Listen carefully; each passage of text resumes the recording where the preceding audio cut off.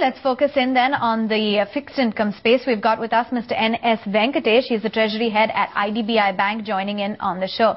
Mr. Venkatesh, firstly wanted to get in your reaction to the moves taken by the RBI with a 50 basis point cut in the repo and reverse repo rates. What do you make of that, and how do you believe the bond market is likely to react to the same? Good afternoon, Avan. The rate cut by RBI by 50 basis point has really taken the market by surprise, including us, because we also put out a forecast that only 25 basis point cut is what we expected.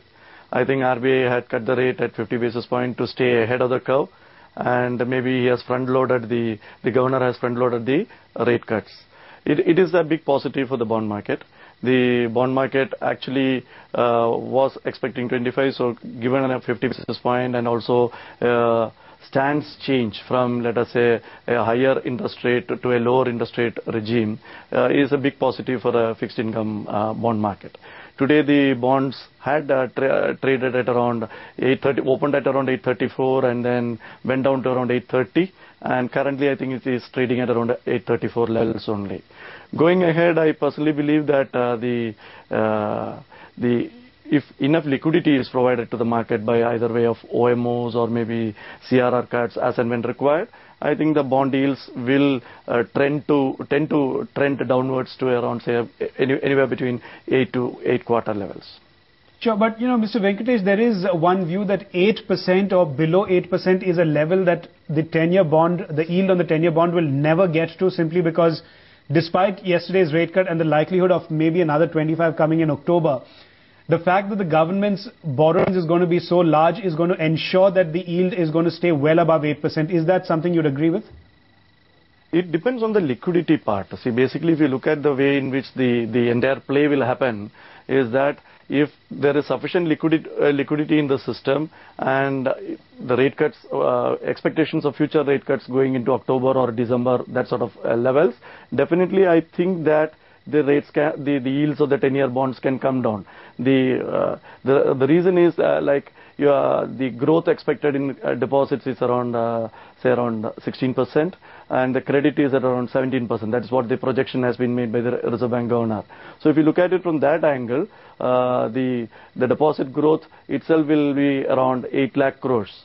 So 24% of that could come to around, say, somewhere around 2 lakh crores sort of this thing for the SLR purpose. Generally, the banks maintain marginally above the 24%. On top of that, you will have demand from the insurance sector, you will have demand from the pension fund sector, and so if it is ably supported by OMOs, I don't see there is any reason for the bond market yields not falling down. I think bond market yields will fall down if it is given proper liquidity support in the bond market, either through OMOs or through CRR. Sure. So, Mr. Venkatesh, what's the probability that you're attaching to the fact that there will be more good news when it comes to the bond market? Or do you think, given the concerns that were highlighted by the RBI with respect to inflation, that the bond yields, there aren't going to be too many more policy changes and that the bond yields are going to continue to remain in a tight range? No, first of all, there has been a change in the stance from a high interest rate regime to a low interest rate regime for ensuring that there is an investment-led growth in the economy.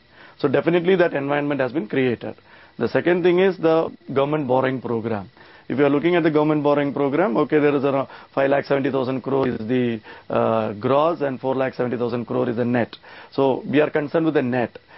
Last year also we could push through a borrowing of somewhere around 4,10,000 to 15,000 crore.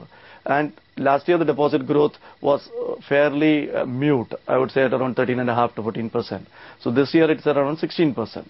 So considering these sort of factors and considering the fact that maybe the credit offtake even during the current year may not grow to a substantial level, I think the investors, that is basically the banks, will definitely go in for a fixed income sort of investment into the government securities, which is risk-free and at the same time giving an attractive yield. So considering those scenarios, I personally believe there is a chance if it is well supported. I do agree to your point that, okay, they may not cut the CRR immediately. So what they will do is maybe the governor will look at it and see how the inflation pans out. So if the inflation pans out to the trajectory that they have projected of around 6.5%, I think you can see the CRR cut happening in the second half.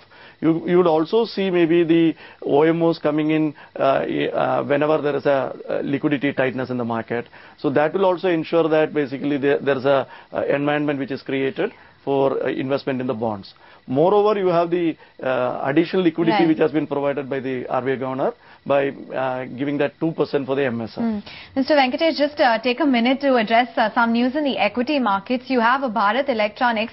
The news has come out that it is likely to consider a share buyback. No further details we have regarding the quantum or the price of the same, but the stock is certainly seeing good cheer on the back of that news. So 4% higher as we speak, 1,559. I'm sure if you flip over to the volume chart, you can see that there will be a spike in the volume. So we will keep you updated as and when we get more details. But for now, 1575 for a 1561 now for a Bharat Electronics on the back of that positive news.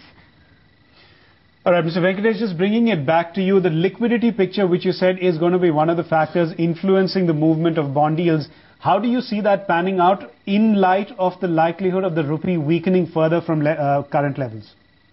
I personally believe that rupee may hold on to this current level for the simple reason that the rate cut has provided an environment for growth, and that to an investment-led growth. So if that is going to happen, it is bringing cheer to the equity markets. So if that brings cheer to the equity markets, you will see more capital flows coming into the market either through FIIs or through the FDI route.